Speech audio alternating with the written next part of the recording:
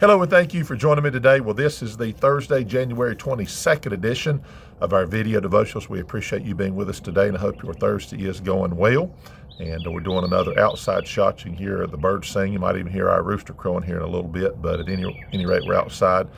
Prior to I was getting some things ready. We've got a supposed winter storm is going to be bearing down on us, and it looks like for us at this point it's going to be mainly an ice storm. So some of the things that I know would hold ice and weight, like our chicken area back here, and trying to just get it to where it's not going to collapse some things. And it's been a while since we've had this kind of winter weather, if we're going to get it indeed, but it sounds like it's going to be one of those nasty ice storms. So you have to be really kind of prepared for that. But anyway, we want to give you a devotion today. So we start the book of Exodus today. We're going to be Exodus chapter 2 today. Very simple story. Many of you are familiar with it if you've been in church any length of time. So I'm going to start in verse number 2 and probably read down to verse number 6 or 7 or so. Before we do that, of course, we appreciate you that watch the videos. We appreciate your comments and acknowledgments, and we appreciate that very much. All right, so this is basically the story of the birth of Moses, and it says here in verse 2, "And the woman conceived and bare a son, and when she saw him that he was a goodly child, she hid him 3 months. And when she could not longer hide him, she took for him an ark of bulrushes, and daubed it with slime and with pitch, and put the child therein, and she laid it in the flags by the river's brink. And his sister stood afar off, to wit what would be done to him. And the daughter of Pharaoh came down to wash herself at the river, and her maidens walked along by the river's side. And when she saw the ark among the flags, she sent her maid to fetch it. And when she had opened it, she saw the child, and behold, the babe wept. And she had compassion on him, and said, This is one of the Hebrews' children.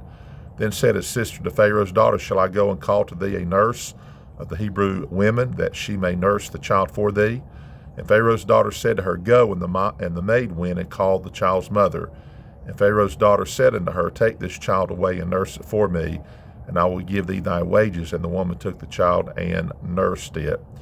And we'll go ahead and read verse 10. "And the child grew, and she brought him unto Pharaoh's daughter, and he became her son, and she called his name Moses, and she said, Because I drew him out of the water." So this is the story, of course, Moses' birth. I guess in my mind, maybe I've thought about this before, but maybe not. But, when you think about little Moses and his mother making that little ark of bulrushes, then my mind kind of went to, well, there's another time that God used the ark to save some people, and that, of course, was with Noah and his family, those 8 folks who were in an ark. And of course, very, very large, of course. The one Moses was in was probably something you could hold in your arms, and of course just big enough to hold little Moses there. But the other ark, of course, held animals, and huge. I mean, you look at the dimensions, and we won't get into that. But it's interesting to me how God used an ark to save what would be the known world at the time. After all those people died after the flood, there was 8 people. And then, of course, it's kind of like, the population began again. And then, of course, you've got, here's one single child that would take the children of Israel out of the land of Egypt and be kind of the one that helps them there as they prepare to get into the promised land. Of course, we know there's going to be that 40-year wait. But the point I make is just a simple ark, a little ark to hold a baby, or a giant ark to hold animals and to hold 8 people.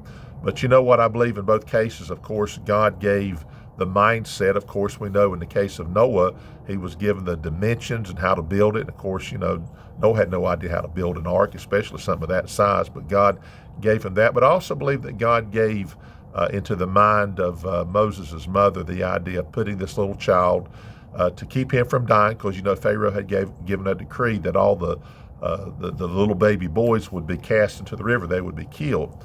And of course, the midwives they wouldn't honor that. But at any rate, Moses was spared because his mother says, "I'm going to build him a little ark, and I'm going to put it in the river, let it float, and maybe somehow something will happen." And it just so happened that Pharaoh's daughter saw the little ark, and of course he was drawn out of the water.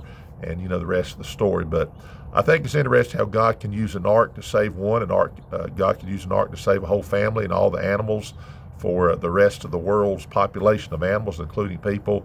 And so God is the one who makes provisions for us. Thank God that Jesus ultimately is our ark of safety we get into and we're saved in the spiritual sense. So just thank God today for the ark called Jesus. Thank God for Him putting into our minds the things that we do sometimes that we may not even realize perhaps why or the extent of what we're doing.